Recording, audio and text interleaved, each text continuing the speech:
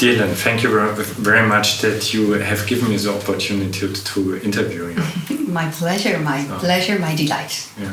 So just in order to give our audience a little bit of background, we are right now in Mönchengladbach, and you just finished a very special conference. Mm-hmm.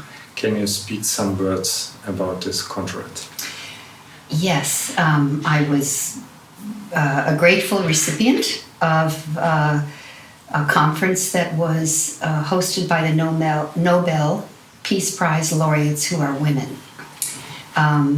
6 of the women who won the Nobel Peace Prize have come together over the last 10 years, for the last 10 years, to take the cachet, the visibility, the power of the Nobel Prize and spread it throughout the world for women working in conditions that are oppressive or violent, or where women aren't valued, and have taken this beautiful, beautiful thing, the Nobel Prize, and rather than only do the work for which they received the prize, they decided that none of them won for women's issues in particular, mm-hmm. but the power they have now to give voice to the voiceless, to lift up and spotlight areas of the world where women and girls are being brutally oppressed, is their opportunity with the prize. Also to, also to amplify the voices of women and girls whose voices cannot be heard mm-hmm. because they've been shut down mm-hmm. or muffled, mm-hmm. and then to shape the conversation around women and girls' issues. So they amplify the voices, they spotlight trouble spots or places where no one's paying attention, that need attention, like the Congo, like Burma, like Liberia, like Yemen. And then they shape the conversation so that these women are not seen as victims, but rather completely strong, able, remarkable human beings living in very, very repressive conditions. And their goal is peace, justice, and equality for all. So the conference was with the 6 Nobel Peace Prize laureates. One of them couldn't come, so only 5 were there. Rigoberta Menchú from Guatemala, who won for her work to stop the genocide of the Mayan indigenous people in her country. Mairead Corrigan Maguire from Northern Ireland, who won for mobilizing mothers, thousands and thousands and thousands of mothers, in 1979 to stop the troubles, the violence in Northern Ireland. Jody Williams from the United States, who in 1997 won for the International Landmine Ban Campaign, which was a massive success all over the world to stop the production and use of landmines and make it illegal. Shirin Ebadi, who's a very prominent attorney and was a very prominent judge in Iran under the Shah. She had a role in the Supreme Court, one of the leadership roles in the Supreme Court. And after the revolution, when the Ayatollah came in, she was stripped of all her power to be a judge. She represented 80% of the women in prison in Iran, and then eventually had to leave the country because it was too dangerous for her to stay. And Tawakkol Carmen, who won in 2011. She's the youngest person to win the Nobel Prize, the second Muslim woman. She was the founder of Arab Spring in Yemen. Mm-hmm. 32-year-old mother of 3, got out in front and created that revolution and toppled that government. So those 5 women conducted this conference, and they invited 50 women, most of them working in conditions of war, violence, oppression around the world, and some of the women who are at work on those issues. But most of the women were grassroots leaders in their countries, like Nigeria, Senegal, Yemen, Afghanistan, Iraq, Iran, Syria. We had people here from Syria. Very, very courageous, deeply engaged in grassroots activism in the Congo, where the war is just brutal, almost unbearably cruel to women and girls. And the power of coming together and bringing these people together here in Europe,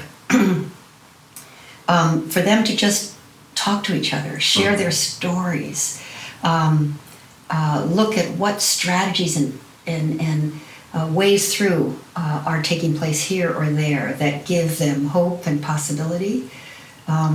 It makes a huge difference for people's stories to be heard, for them to know that other women are suffering the way they are, and celebrate any tiny breakthrough or great progress, and know that the Nobel Women Peace Prize laureates are standing for them and with them for peace. So it's immensely inspiring, incredibly confronting to hear the stories and what's going on for women and girls. It's almost unbearable.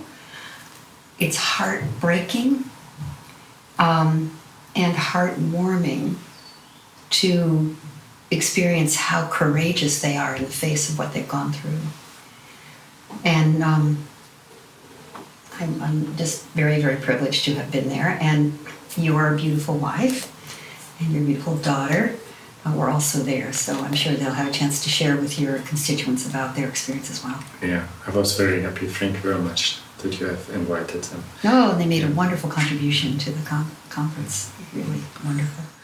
You just spoke a word which I hear quite often, and last time, it's almost unbearable. And actually I know a lot of people which are telling me I cannot watch news anymore because I cannot bear it. So I know that you, in your work, you have seen the darkest of the darkest. So I'm really curious, what is the source of your hope, of your, go on? And I see I see so much joy and love in you, Well, I learned, I've been a what I call a pro-activist, and I'm also an activist, but when I say pro-activist, I mean someone who's standing for something rather than only against. And what I'm standing for is the unquenchable power of the human spirit. And I worked on hunger and poverty for more than 20 years when I was a young woman until my middle age. And what I learned in that work, I learned how to go toward the suffering instead of away from it. And I know that sounds strange, and why would a person do that? Somehow that has deepened my capacity to be a whole human being. And I don't do it for that reason, but that's one of the outcomes. And the capacity to partner with people who have the courage to live without any choice about their circumstances, but survive. And in some cases, in the case of this conference, one of the words that was used, can we thrive in circumstances of revolution and evolution? Can we not just survive, can we thrive?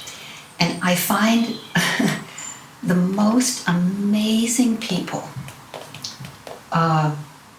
in these circumstances. It's almost as if these tragic, repressive, horrendous circumstances force greatness in human beings, force them to develop their inner life when they have no rights and no access to privilege the way you and I do, and many of the people perhaps listening to this.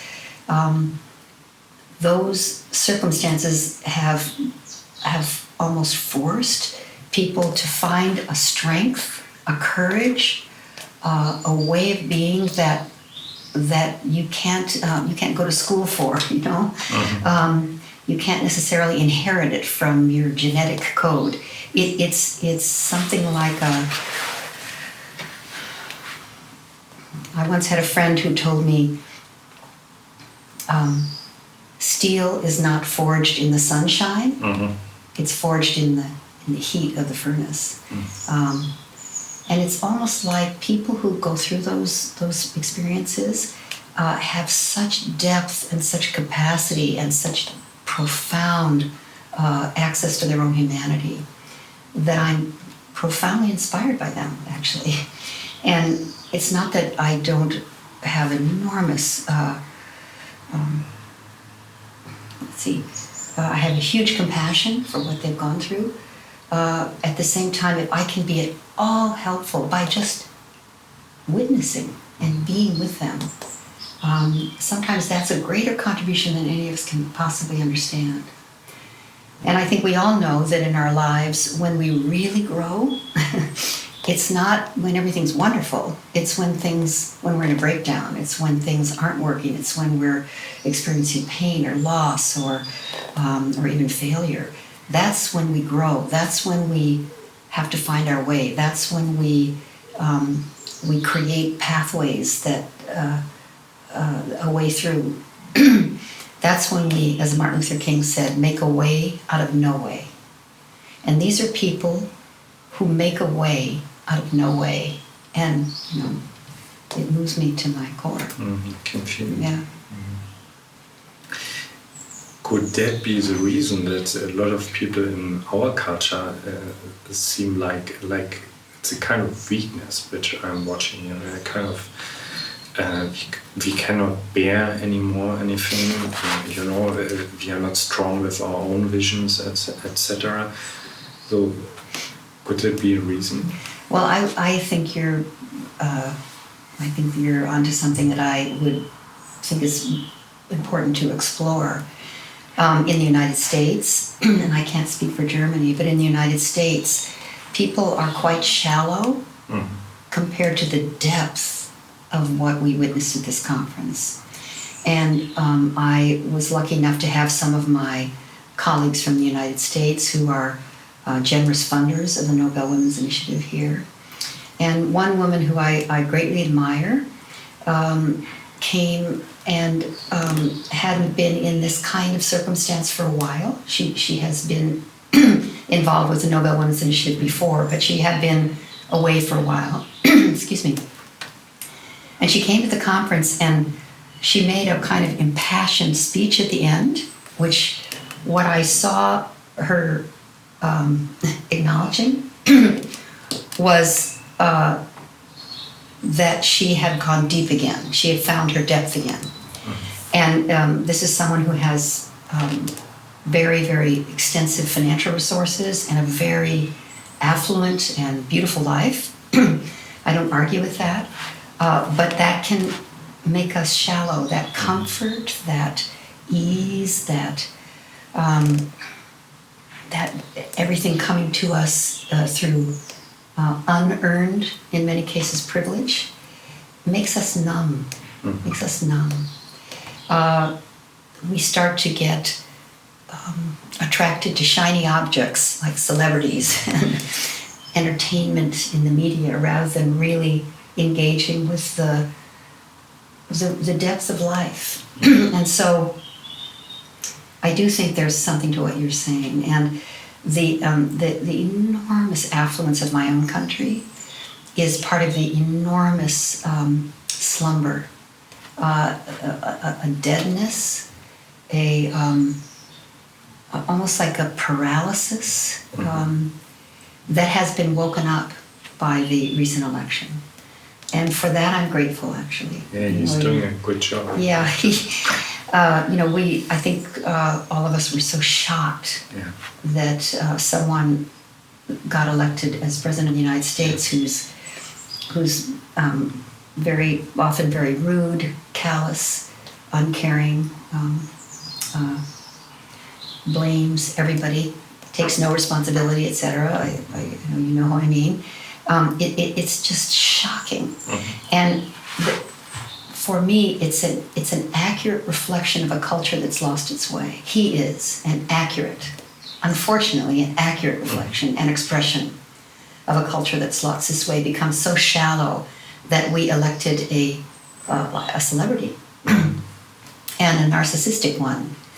So, and it's shocked our country, awoken millions, 50, 100 million people in ways that I don't know what would have done it, but I'm grateful in a strange way that this has done it. And now we need to respond appropriately. So yes, I think there's something to what you're saying. Yeah. I have seen recently your interview with Oprah. And you spoke there about kind of awakening point in your life. So I remember you had a quite rich life too, a very successful life. So I'm always interested in this kind of mystical turning points. So if destiny is calling us, so could you please tell me a little bit more about this point? Well, I didn't say some things I didn't say to Oprah, or some things I did say that were not in the program. Yeah. But my spiritual awakening and came when my father died. I didn't tell her that. My father died very suddenly when I was 12 years old of a heart attack, and he was 50 years old. My mother was 44. I'm the third of 4 children. He was totally healthy, like you are. We all went to sleep on a Sunday night. On a Monday morning, everyone woke up but one person, and he had died in his sleep, very, without any struggle. His heart just stopped. And wonderful for him, but we were absolutely unprepared and shocked. He was in the prime of his life. It was just unthinkable. And that event, and my father was a musician and a somewhat famous band leader at the time. My mother was overwhelmed with the orchestra, his orchestra, in disarray, and upset and in incredible grief immediately, and at sea. Fans and the public figure, when a public figure dies, there's huge consequences in press. So she hadn't any space for her own children. I mean, she did the best she could. I'm not complaining. But I turned to a nun. We were raised as Catholics. And I turned to a nun named Sister Benjamin to help me deal with my own shock and grief. And as a I wasn't a little girl, but I was an adolescent. I was actually in love with my father, as many 12, 13-year-old girls are, like you. I'm sure your daughter was in love with you. I mean, your first love is your dad. Yeah. And so it was a huge event in my life. Also, I was a musical child, and we played 2 pianos, and I took ballet and voice and piano and every possible lesson to please my wonderful father, and then he was gone.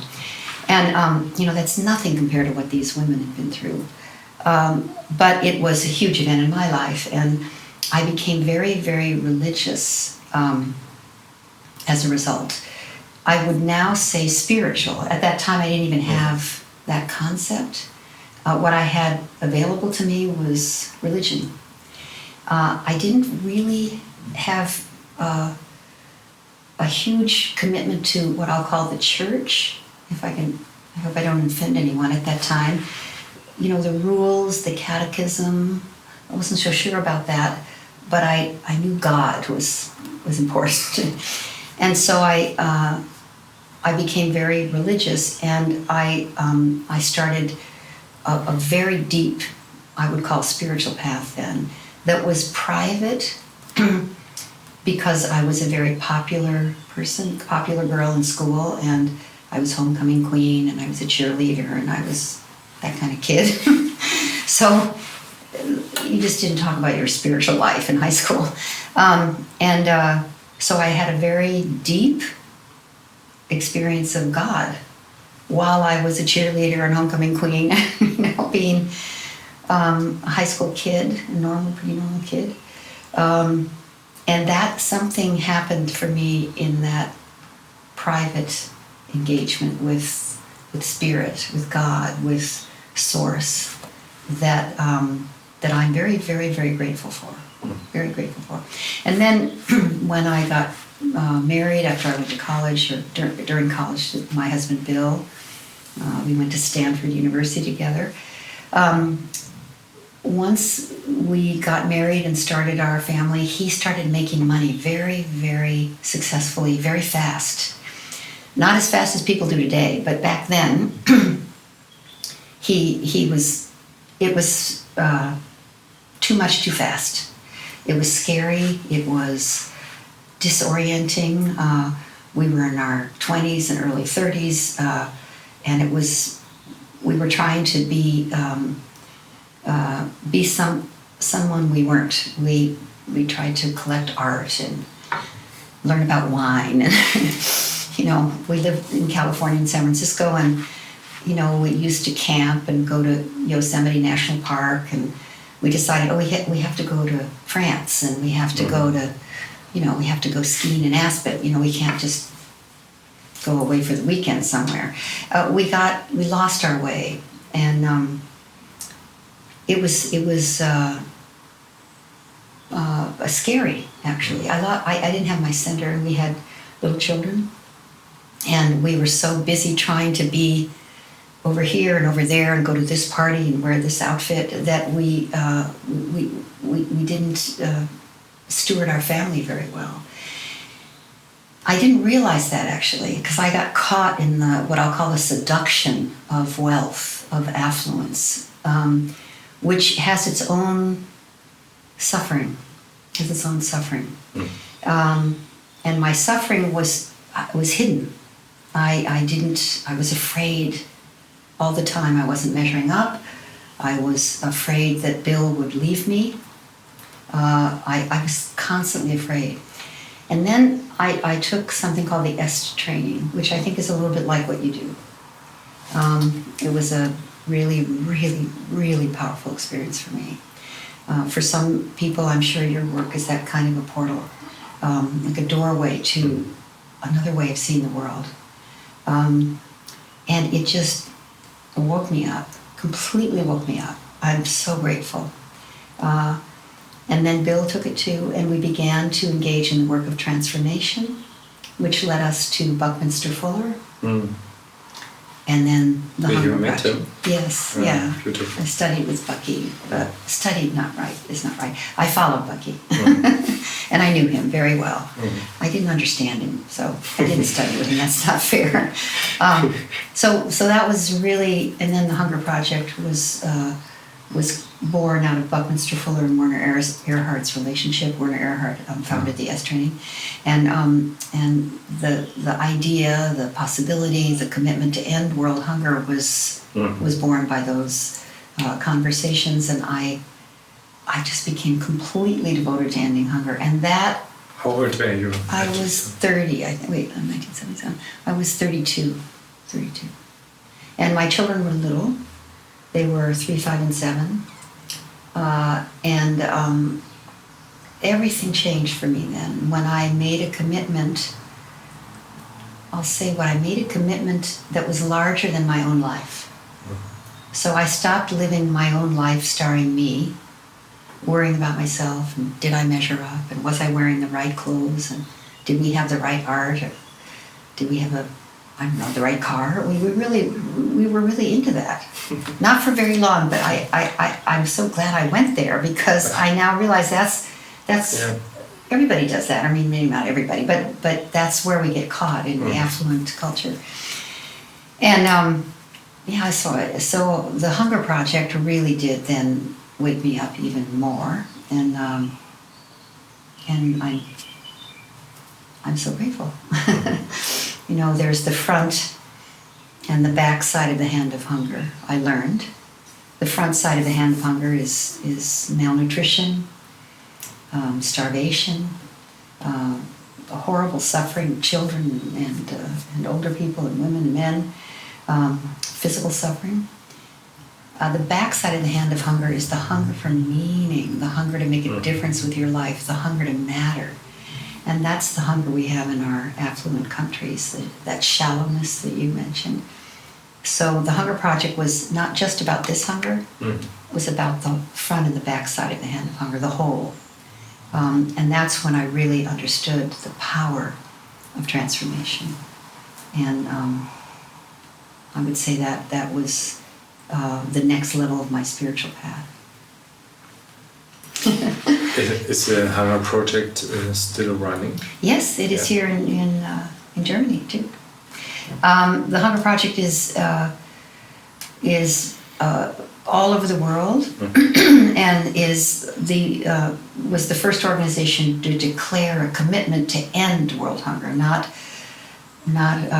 only work to alleviate suffering at the periphery of the problem, which is a good thing to do, but that hunger is ridiculous that we have hunger on this planet. We have enough food to feed 3, 4, 5 times the population that we have now.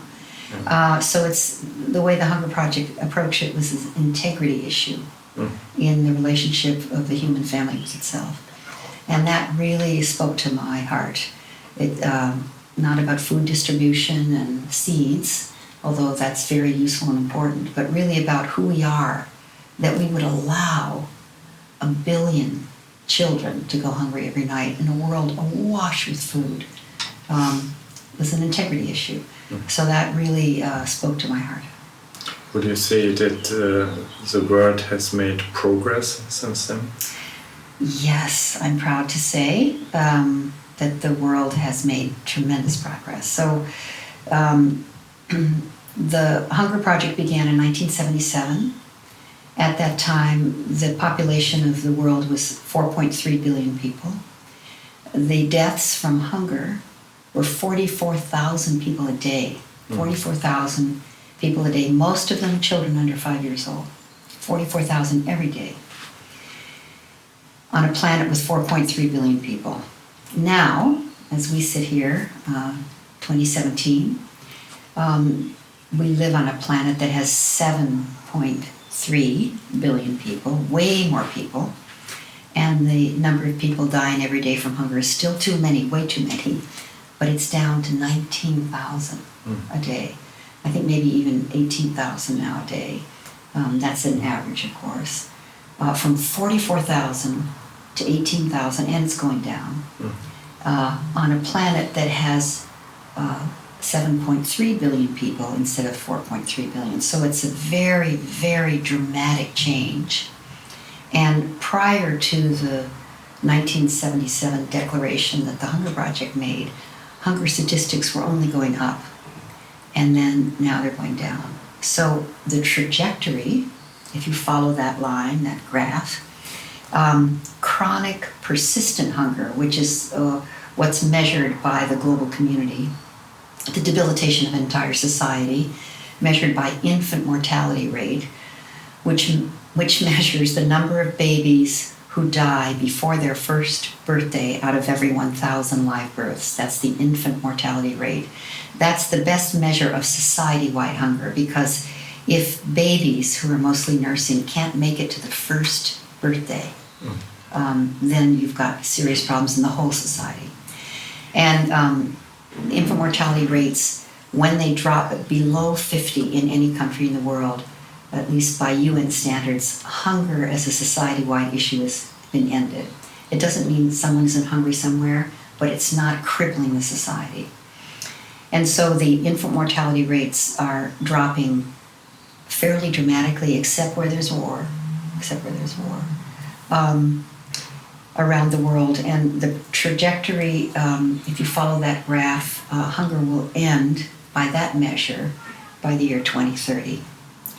By 2030, which, might be in my lifetime, but I know the direction is, humanity will see the end of hunger. Yeah.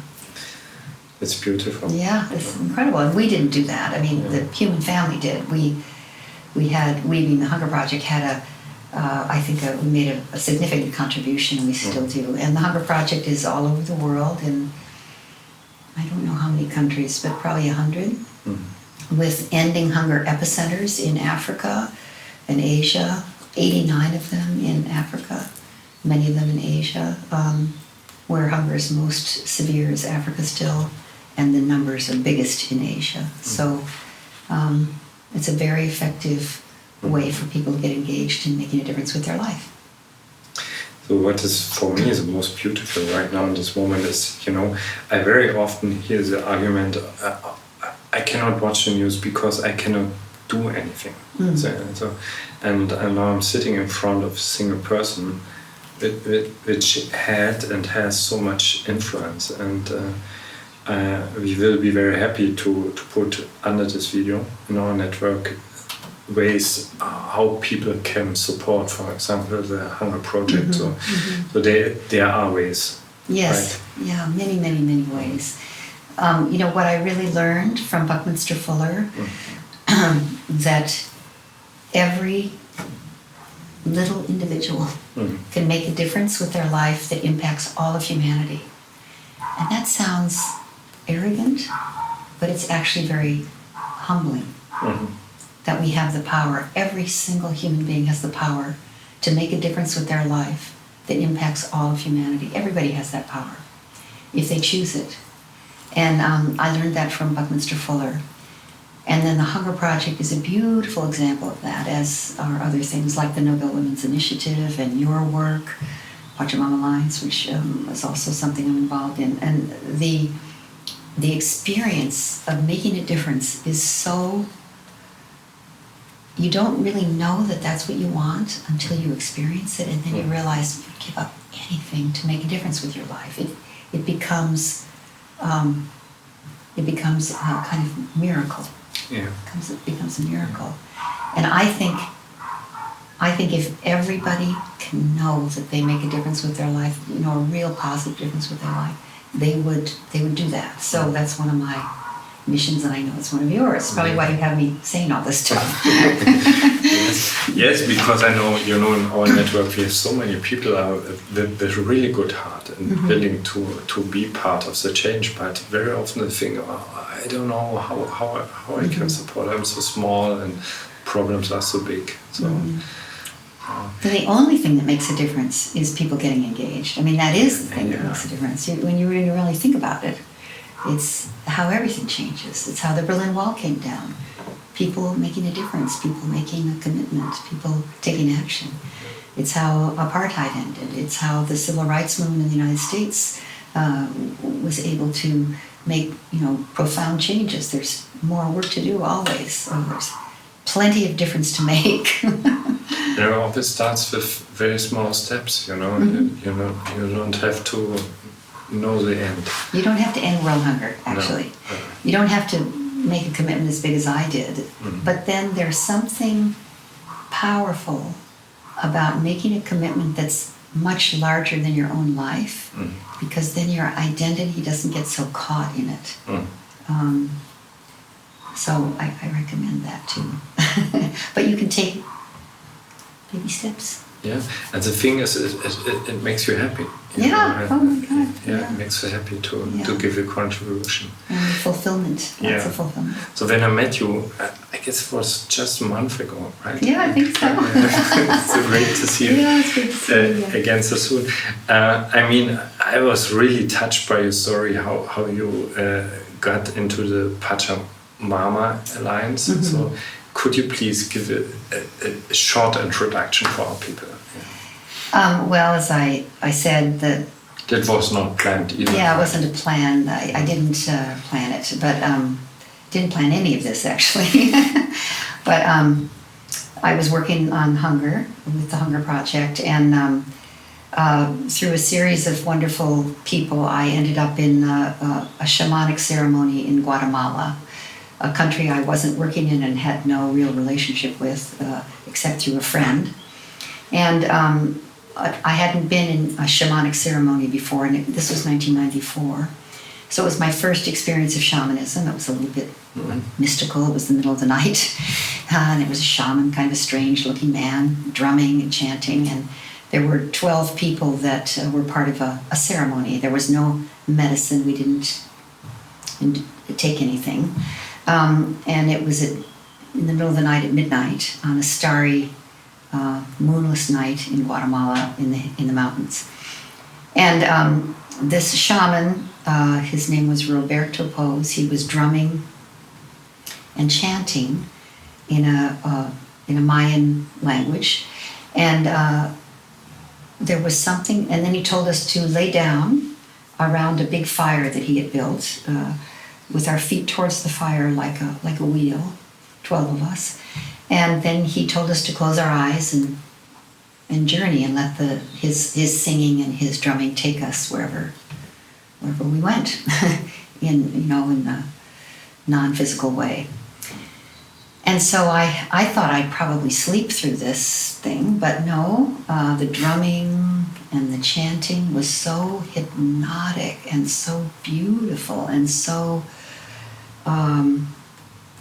mesmerizing that I started to have this experience of going into some sort of an altered state, and I felt my right arm, I was lying down, start to shake and vibrate, and then I felt it turn into this gigantic wing, and I had to extend it. Holding it close to my body was impossible, and then my left arm started to shake and vibrate and become this gigantic wing. And this is with my eyes closed, so I didn't see this. I felt it, and then I felt some sort of a beak grow on my face, and then this urge to fly was completely uncontrollable. And so I started to slowly lift myself up by these giant wings, and I started to fly above this campfire, and I looked down and I saw the 12 people around the campfire lying down, and I saw myself down there, and it was amazing. And then I started to fly up into this night sky, and it was starry and beautiful and exhilarating, and this experience of flying kind of in slow motion was awesome. And then it started to dawn, and I looked down, and I was flying over this vast, almost unending, infinite forest of green. And it was beautiful, and the sun rose, and it was just magnificent. And I had very clear and acute vision. I could see down through the trees to the forest floor. And at a certain point, some disembodied faces of men floated up from the forest floor they had orange geometric face paint on their faces like this, and yellow, red, and black feather crowns on their heads. And they started to call to the bird, me, in a strange language that I didn't understand, but it was a beautiful call, like another mesmerizing, hypnotic experience of this call from these faces. And then they would disappear, and then they would reappear, and then they would disappear. And all the while I'm flying over this forest, and then they would show up. I would fly farther forward, and then there they were again. And this happened for a long time, and then I suddenly heard a loud drum beat, and I realized that I sat up, and I realized I was me, human being, no wings, no beak. And the fire in the middle had gone down to embers, and the shaman asked us to share what had happened, and I shared that with him.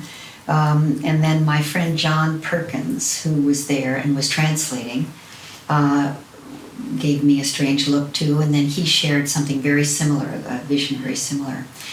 And then at the end of the ritual, John and the shaman and I had a private conversation, and the shaman told us we were being called to go to a people that were calling to us. It wasn't a normal ceremony. It was a communication from someone. And I didn't really believe that, or it was too far-fetched for me. Mm-hmm. And I was, I really wasn't into that kind of thing at that time. But my friend John said, Lynn, I know who these people are. I know where they are. They're the Achuar people of Ecuador, and they're calling for contact. They haven't had much contact with the outside world, and I know from the Shuar people that I've been working with in the Amazon. That's John. He'd been working in the Amazon for 30 years at that point. The Shuar people and the Achuar people have told me that the Achwar would start seeking contact right around now. This is them, we must go. And at that time, I was ending world hunger. I wasn't working in the environment. I wasn't thinking about the Amazon rainforest. I didn't know anything about shamanism. So I said, you go, and I'm going back to my work, ending hunger. And then I went to Africa, to Ghana, and I was in a meeting in a hotel there with 5 men and 3 women, Ghanaian people with beautiful black faces. And during the meeting, the men suddenly had face paint, orange, same pattern if you're on their faces. It must be a strange experience. Well, I was horrified and I was shaken, but no one else saw it. I could tell because everyone kept talking. So I excused myself, and then I came back, and it happened again, and then I just burst into tears and told them I felt sick, and left the meeting, left Ghana, went all the way back to San Francisco, and on the plane from Ghana to Frankfurt to New York to San Francisco, the faces just kept coming towards me. So eventually I contacted John Perkins. I said, whoever they are, wherever they are, I'll go. I just had to stop because the faces kept coming.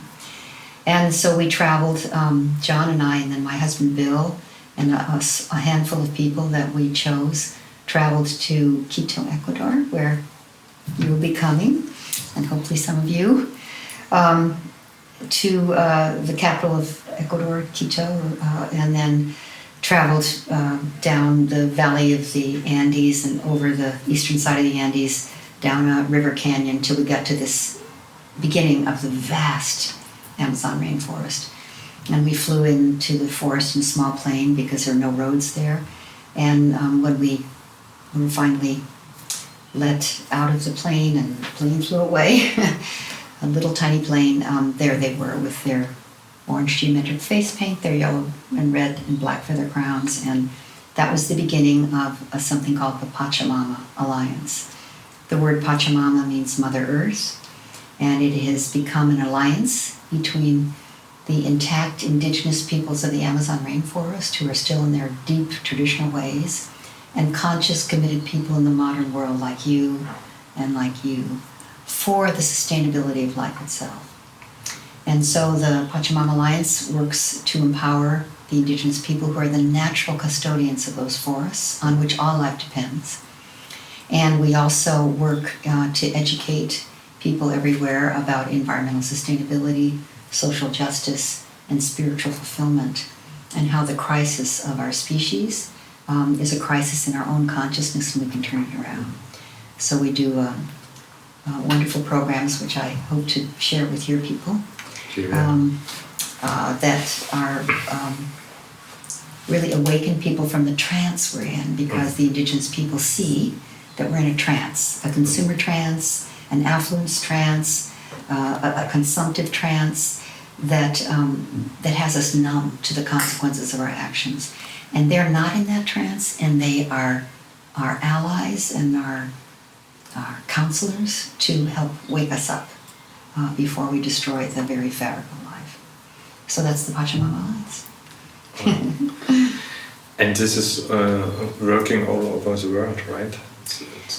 Yes, we work in the sacred headwaters of the Amazon, which is southern Ecuador and northern Peru, because that's the critical part of the Amazon in terms of the source of the entire Amazon rainforest, the sacred headwaters. So that's our main focus in that part of the world. And then from the lessons learned from indigenous people and their very keen observation of the trance we're in, we conduct this awakening the dreamer, changing the dream work. They tell us we're in a dream and we need to change that dream. We need to wake up from it and create a new dream, a dream of sustainability, a dream that's environmentally sustainable, spiritually fulfilling, and a socially just human presence on this planet, a new dream for humanity. We do that work in 82 countries, including Germany and Austria, France. And we can do it with your group. I hope so. We will. And we will put also links to these projects, also to the courses you offer. Yes. Under this. Oh, wonderful. Yay! Yeah.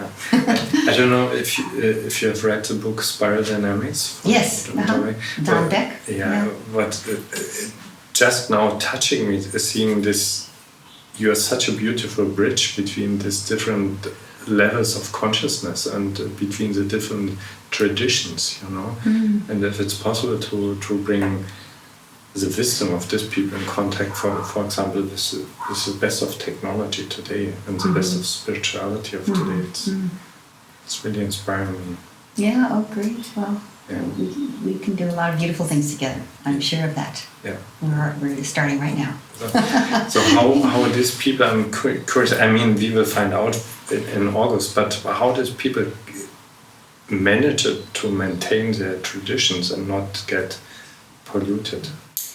Well, one of the things that we often think is that people who've had little contact with the outside world would be better off if they had no contact. I used to think that too. But actually, they will get destroyed if they don't have contact. Because they know there's consequences with contact, they know that.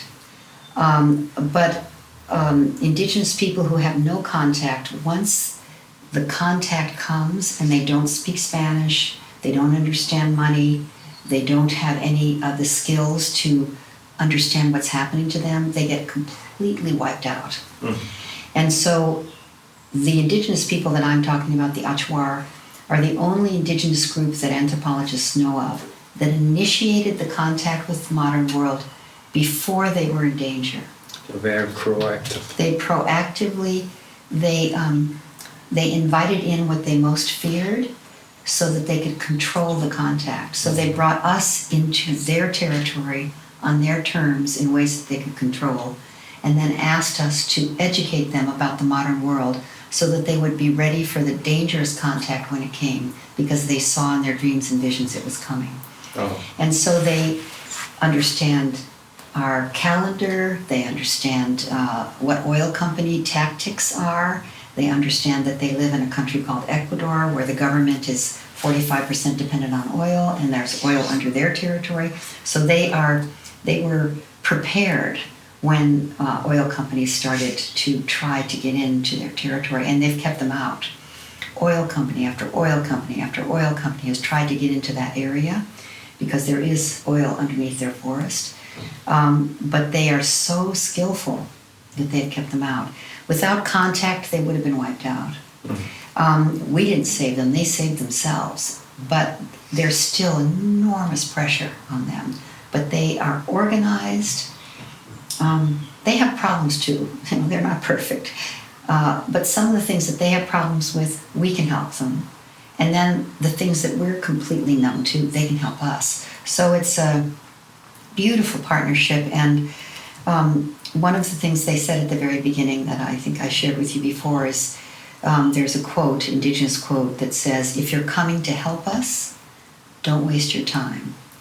If you're coming because you know your liberation is bound up with ours, then let's work together. And that's the ethic of the Pachamama Alliance. So they benefit very, very profoundly from the partnership. We benefit profoundly from the partnership. And there's consequences for them and there's consequences for us. You know, I've gotten malaria and, you know, there's consequences. But the benefits way outweigh the consequences. And it's interesting, really interesting to me that the young people, you know, I think one of the fears that everybody has, well, the young people would just leave. Yeah. But they don't. They don't want to leave.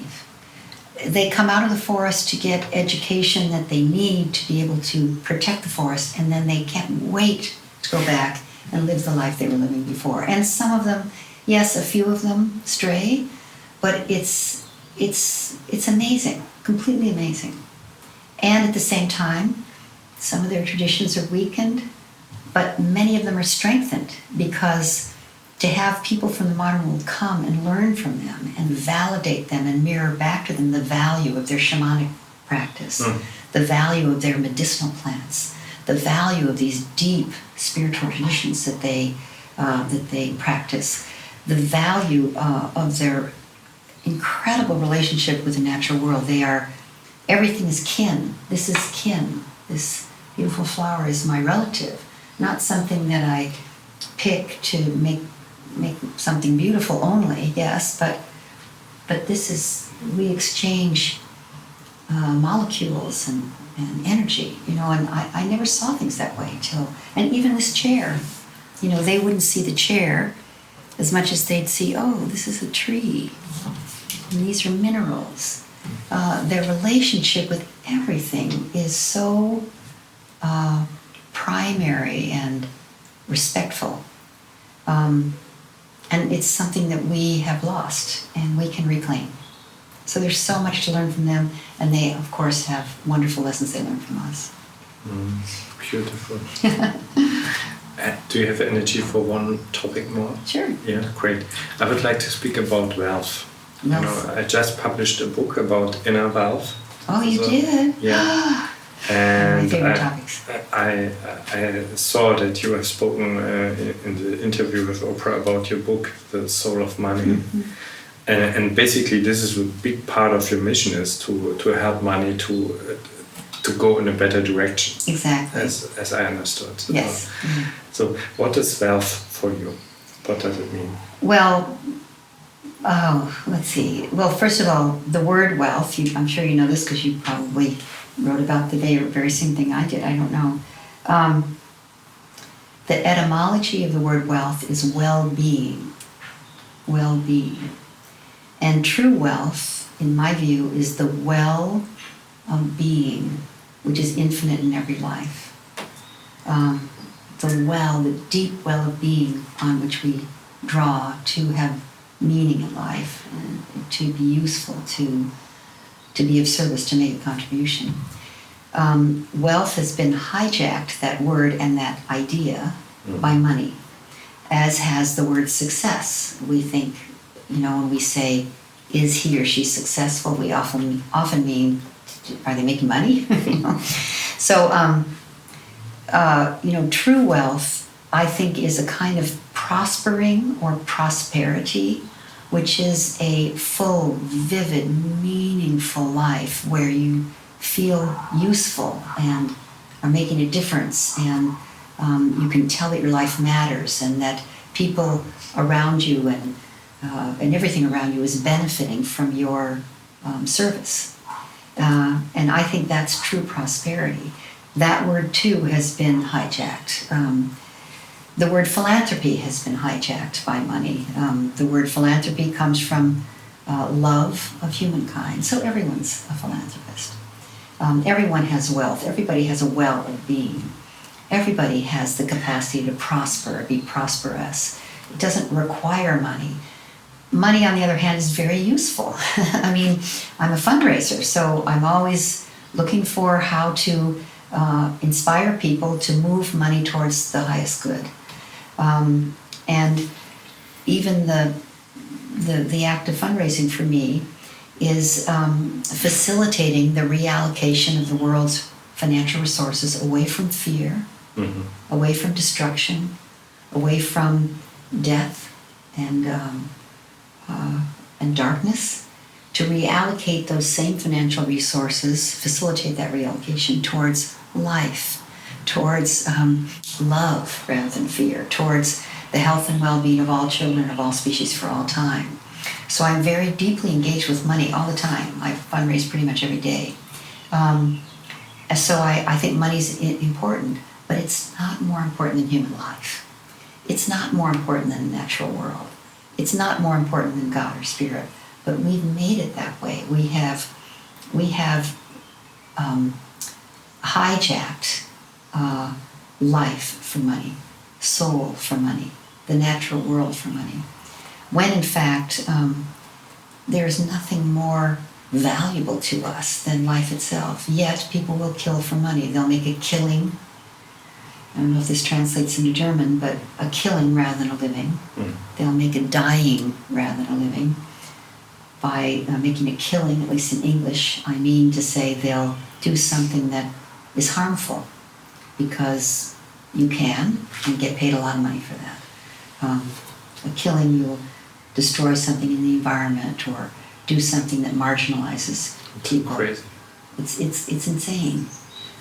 Or they'll make a dime, which means doing something that demeans them, like prostitution or things that demean, or something that gives them no self-expression, just to have money.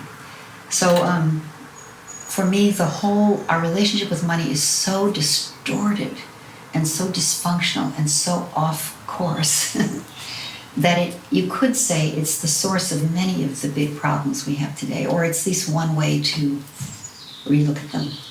And so I appreciate very much that you're writing about wealth. And, we've become so addicted to outer resources that we've abandoned our inner resources. And that's where our true wealth is. So, we've just lost our way. So I'm so happy to know that you're writing about that too. It's such a hot topic. It is. And I have to admit, of course, there were times in my life where I thought the first 1 million will make me happy. Yes, of course. Then I will be fulfilled. And my beautiful wise wife, she always say, I will remind you if you have money. Yeah. Yes. And money is helpful. I'm not against it. It's helpful. But it's almost like it's the fuel to move the car in a particular direction, but we have abandoned the direction and we're focused on the fuel. Or, we've got it all mixed up. So it's heartbreaking what happens to families of wealth often. If they don't get engaged in a lot of philanthropy, all kinds of things can happen where abandonment and addiction and, big problems take place. And the wealth isn't the cause exactly, but it amplifies and it almost exaggerates some of the challenges we have as a human family. So it's a great privilege for me to work with people of great wealth.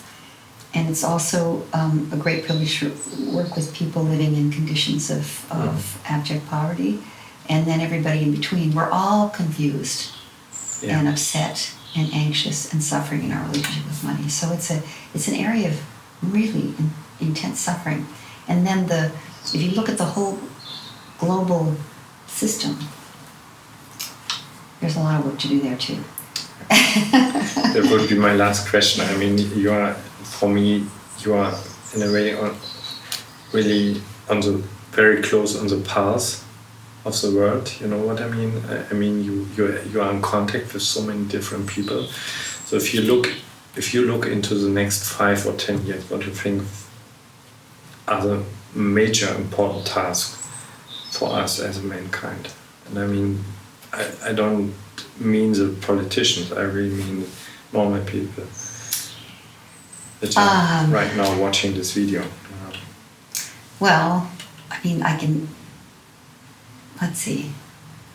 Well, one way to talk about the work that I think everyone can do is in some way to hospice the death of the old structures and systems that no longer serve us. And they are disintegrating and falling apart, they're unsustainable. Education systems that don't really teach the economy that's marginalizing more and more people and driving more and more wealth into the hands of the few. Fundamentalism, even governance and politics.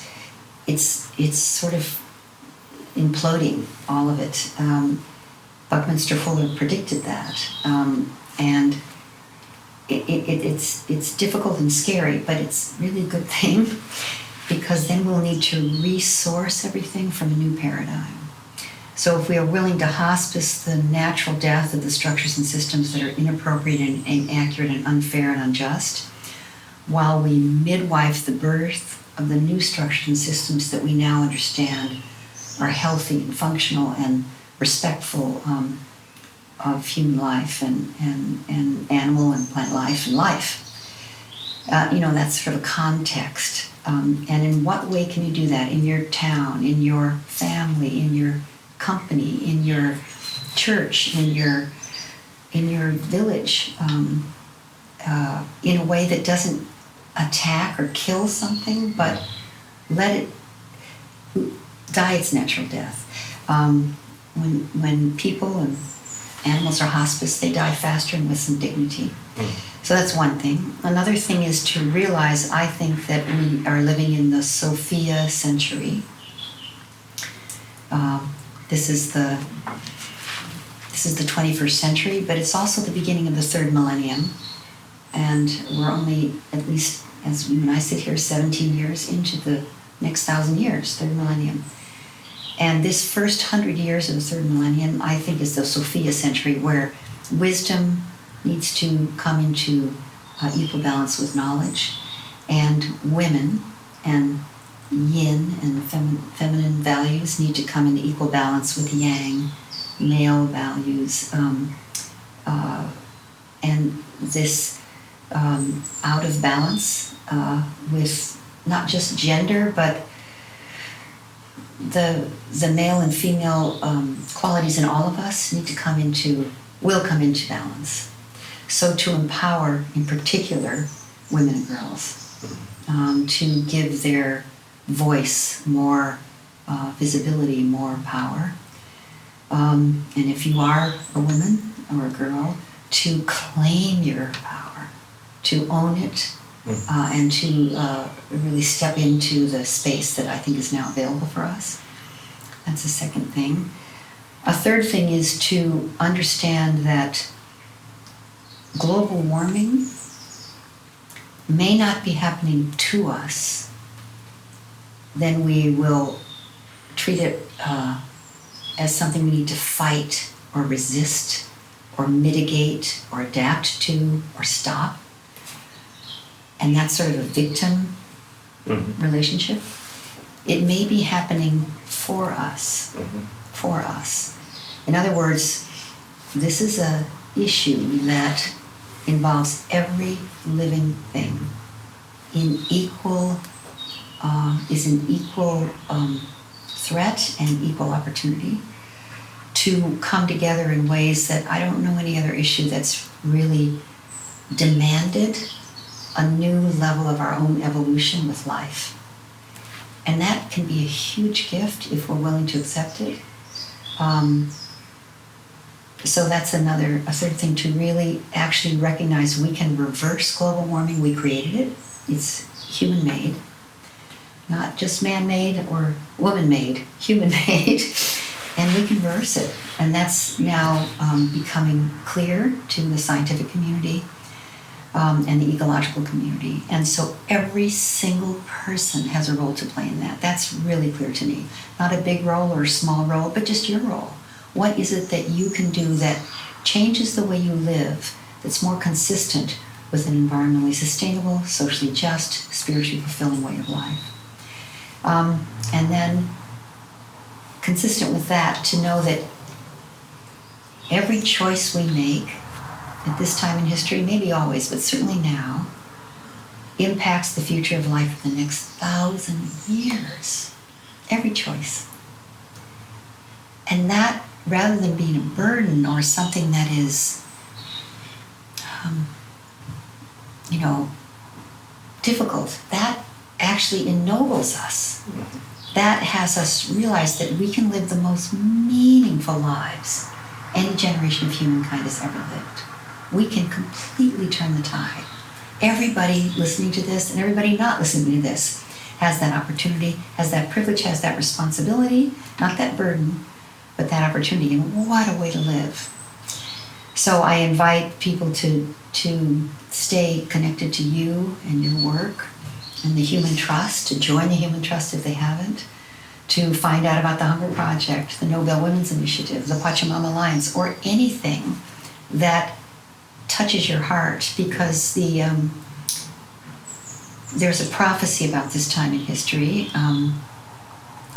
many prophecies that I know, and I always pay a lot of attention to these prophecies, but there's one that the indigenous people of the Amazon tell, and they say this is the time of the beginning of the 10th Pachacutic, which means the 10th 500-year cycle that they've been counting. And these 500-year cycles, The last one began right around 1492, which in the United States is a very significant year because it's the year of Columbus.